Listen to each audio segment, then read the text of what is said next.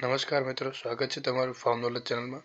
આજનો આપણો વિડીયો છે ખેતી મદદનીશ અથવા ખેતી નિરીક્ષક જેવી પરીક્ષા માટે ઉપયોગી એમસીક્યુઝ, જેમાં જનરલ એગ્રીકલ્ચરનો સમાવેશ કરેલ છે। શરૂઆત કરીએ પહેલા પ્રશ્નથી। કરાઠી અને ગોતેર એ કયા પાકની ગૌણ પેદાશો છે? ઓપ્શન આપેલા છે એ મગ, બી તુવેર, સી ચોળા કે ડી કપાસ। સાચો જવાબ આવશે બી તુવેર।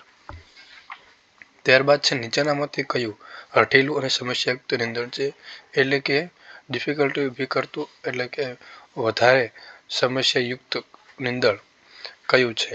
ઓપ્શન એ છે થરો, બી ચીઢો અથવા ચીઠો, સી બરુ કે ડી ઉપરના બધા। તો આ પ્રશ્નમાં આવશે બધા, કેમ કે આ બધા જ પાકને નુકસાન કરતા અને સમસ્યા ઊભી કરતા નિંદામણો છે, જેમાં સૌપ્રથમ છે ચીઢો, પછી જમણી બાજુ છે થરો, ત્યારબાદ છે બરુ। નીચેનામાંથી કયું સંપૂર્ણ પરોપજીવી નીંદણ છે? એટલે કે dependent on main crops, fully dependent, જે બીજા પાક ઉપર પૂરેપૂરું નિર્ભર કરે છે। ઓપ્શન એ બરુ, બી ચીઠો, સી અમરવેલ કે ડી આપેલ એક પણ નહીં। તો આમાં આવશે ઓપ્શન સી અમરવેલ। ફોટો પર તમે જોઈ શકો છો। નીચેનામાંથી કયું વેલાવાળું હઠેલું અને સમસ્યાયુક્ત નીંદણ છે?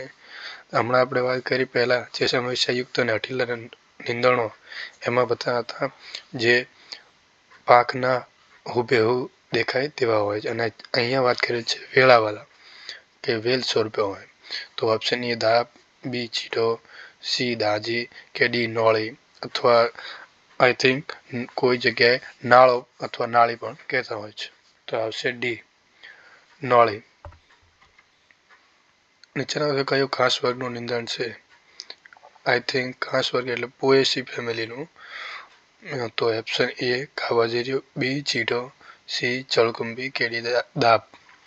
તો અહીંયા ફોટો પણ આપેલો છે એટલે ખબર પડી ગઈ છે કે ઓપ્શન એ ગાભાજાર્યું।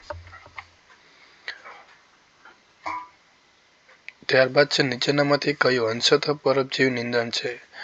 પહેલા આની આવે પહેલા હતું કે ફૂલ્લી ડિપેન્ડન્ટ, એટલે કે પૂરેપૂરું નિર્ભર, અત્યારે છે કે અર્ધનિર્ભર। તો ઓપ્શન આપેલા છે એ ખાભાજરિયું, બી આગિયો, સી ચીઢો કે ડી જળકુંભી। તો અહીંયા ઓપ્શન આવશે બી, જે પાકમાં અર્ધનિર્ભર છે, એટલે પૂરેપૂરું નિર્ભર નથી કરતું। ત્યારબાદ છે કઈ વનસ્પતિના મૂળમાંથી રોટેનોન બનાવવામાં આવે છે? ઓપ્શન એ ડિસીઝ, બી આંકડો, સી સેવંતી કે ડી એસ્ટર। અહીં ઓપ્શન આવશે એ ડિસીઝ। ત્યારબાદ છે કયા પ્રકારનું કીટનાશક કીટકોના પેટમાં જાય તો જ અસરકારક બને છે? એટલે કે ઘણા બધા ઇન્સેક્ટિસાઇડ આવે છે, તેમના અલગ અલગ ફોર્મ્યુલા છે, તેમની અલગ અલગ એક્શન ઓફ મોડ હોય છે। તેવી જ રીતે અહીંયા ઓપ્શન આપેલા છે એ 18-20, બી જલવિષ, સી તુમકરવિષ, ડી સ્પર્શવિષ। આ બધામાં સૌપ્રથમ 18-20 એટલે કે જે અંદર ઇન્સેક્ટના ઇન્ટેસ્ટાઇનમાં જઈને અસર કરે। ત્યારબાદ છે જલવિષ, જે કે પાણીમાં મિલાવીને ઉપયોગ કરે। અને પછી છે તુમકરવિષ, જે આપણે ગેસ ફ્યુમિગેશન કહી શકીએ છીએ।